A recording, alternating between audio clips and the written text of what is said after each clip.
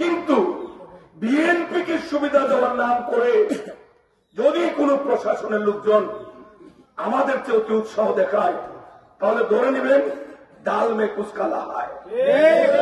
মার চেয়ে মাসির দরদ যদি বেশি হয়, তাহলে ধরে নেবেন এখানে সমস্যা আছে। আমরা এত কষ্ট করলাম, প্রশাসনের অনেকের এখন যখন কথা শুনি আমি অনেকটা অবাক হই। বোঝা যায় আমাদের চেয়ে তারা কঠিন বিএনপি। খুব সাবধান, খুব সাবধান। ভোট বাংলাদেশের জনগণ দেবে। এই প্রশাসন আর দিনের ভোট রাতে দেওয়ার দুঃসাহস করবে না ইনশাআল্লাহ। আমরা জেনে গিয়েছি, বাংলাদেশের মানুষ আমরা জেনে গিয়েছি, দিনের ভোট প্রশাসন চাইলে রাত্রে দেওয়া যায়, কিন্তু সব দিন এক জাতের অন্যায় করা যায় না। বাংলাদেশের মানুষ জাগ্রত। আমার ভোট আমি দেব, যাকে খুশি আমি তাকে দেব। সেই পরিবেশ তৈরি করার দায়িত্ব এই বর্তমান অন্তর্বর্তীকালীন সরকারের। সংস্কার, এখানে পীর সাহেব বসে আছেন, কথা বলাতে চাচ্ছিলাম না, যেহেতু দলীয় নেতৃবৃন্দ বিভিন্ন ইউনিয়ন থেকে আসছেন। আজকে যারা সংস্কারের কথা বলেন, আমরা গর্ব করে বলতে পারি বিএনপি হচ্ছে বাংলাদেশের একমাত্র দাবিদার। প্রথম সংস্কারের কথা যারা জনসম্মুখে প্রকাশ করেছে। অন্যান্য রাজনৈতিক দল আপনারা সংস্কারের কথা বলেন, আমরা সাধুবাদ জানাই, কিন্তু বিএনপি রাষ্ট্র কাঠামো মেরামতের জন্য প্রথমে 27 দফা, পরে 31 দফা জাতির সামনে দিয়েছে। আমরা সংস্কারের পক্ষে। আমরা চাই প্রয়োজনীয় সংস্কার হোক। আমরা যেন ভোটাররা নির্বিঘ্নে নিরাপদে ভোট কেন্দ্রে গিয়ে ভোট দিতে পারি, এটা আমাদের প্রত্যাশা। এই দেশ স্বাধীন হয়েছে নিজের অধিকার প্রতিষ্ঠার জন্যই। 30 লক্ষ মানুষ শহীদ হয়েছেন, 2 লক্ষ মা বোন ইজ্জত হারিয়েছেন।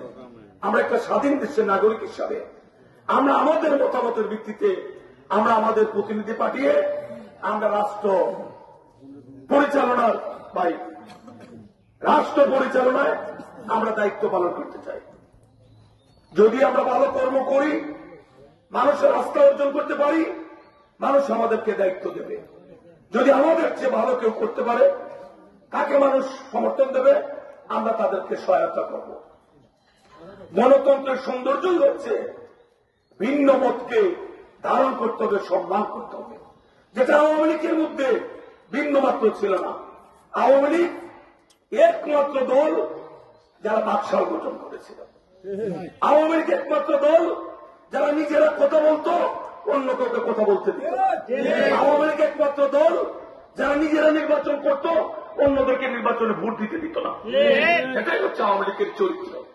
আওয়ামী লীগ যারা করেছে, যারা অন্যায় করেছে, যারা পাপ করেছে, জনগণের সম্পদ লুট করে বিদেশে পাচার করেছে, অনেকের বাড়িতে দেখবেন মন্ত্রীদেরকে ধরে, এটা একটা অংশ মাত্র। আমরা তো বুঝি এই প্রশাসন। আজকে মে মাসের 3 তারিখ, 1 বছর আগে এই দিনে আমরা কোথায় কি ছিলাম নিশ্চয়ই আমরা মনে আছে। এমপি সাহেব, মন্ত্রী সাহেবের বাড়ি থেকে টাকার বস্তা তুলে 3 কোটি 4 কোটি জনমুখে আমরা শুনি। এটা নাকি একটা অংশ মাত্র, এখানে বাকযুগ হয়ে যায়। পাপের টাকা কি হলো সেই হিসাব আমরা রাখতে চাই না। কিন্তু এই টাকা যে জনগণের টাকা, এই টাকা জনগণের রক্তে চুষে আওয়ামী লীগ নিজেরা সম্পদের পাহাড় করেছে। এই আওয়ামী লীগ আজকে ছড়িয়ে ছিটিয়ে আছে। আপনার আমার সহানুভূতি নিতে চায়, আপনার আমার সাথে সখ্যতা করতে চায়। খেয়াল রাখবেন, চুরে শুনে না ধর্মের কাহিনী। দুষ্ট লোক ময়লা দইলে যেমন ময়লা যায় না, এই আওয়ামী লীগ হাজার তওবা করলো, এই আওয়ামী লীগ কোনদিন ভালো হওয়া কোনো সম্ভাবনা এটা মাথায় রাখতে হবে। আজকে আওয়ামী লীগের অনেক লোকজন মিষ্টি মিষ্টি কথা বলেন, সেই দিন আপনারা কোথায় ছিলেন? আমরা একটা শোক সভা করতে পারিনি, একটা দোয়া মাহফিল করতে পারিনি, একটা মানব বন্ধন করতে পারিনি। পুলিশ লেলিয়ে দিয়েছেন। আজকে আপনারাই বলেন পুলিশ নাকি আপনাদের সাথে অশুভ আচরণ করে। এর জন্য দায় কি আপনাদের না? এই দায় আওয়ামী লীগকে রাখতে পারে না। তাই বন্ধুগণ, এখানে যারা আসছেন ওই মূল দলের নেতা অথবা অঙ্গ দলের নেতা। আওয়ামী লীগ মাইক পাইনি যেভাবে ভিন্ন মত পোষণকারীকে অপদস্থ অপমানিত করেছে, আল্লাহ কিন্তু বরদাস্ত করেননি। আমরা বারবার বলেছি, অসংখ্যবার বলেছি, খালেদা জিয়ার নামে দায়েরকৃত মামলা সম্পূর্ণ মিথ্যা, বানোয়াট, কাল্পনিক। এই কথা আমরা বলি নাই? আজকে প্রমাণ হয়েছে খালেদা জিয়া অন্যায়ভাবে হাসিনা 6টা বছর খালেদা জিয়ার জীবন থেকে কেড়ে নিয়েছেন। খালেদা জিয়াকে বিনা চিকিৎসায় মৃত্যুর মুখে ঠেলে দিয়েছেন। রাখে আল্লাহ মারেকে। হাসিনা বারবার খালেদা জিয়ার মৃত্যু চেয়েছেন। আল্লাহ রাব্বুল আলামিন খালেদা জিয়াকে দয়া করে নেক হায়াত দিয়ে সর্বোচ্চ সম্মানের আসনে প্রতিষ্ঠিত করেছেন। উনি গেলেন লক্ষ লক্ষ মানুষের ভালোবাসা শ্রদ্ধায় সিক্ত হয়ে কাতারের আমিরের রাজকীয় বিমানে উনি লন্ডনে চিকিৎসার জন্য গেলেন।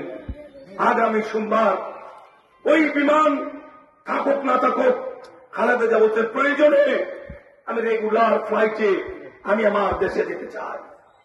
নেত্রী হলে মনে হওয়া উচিত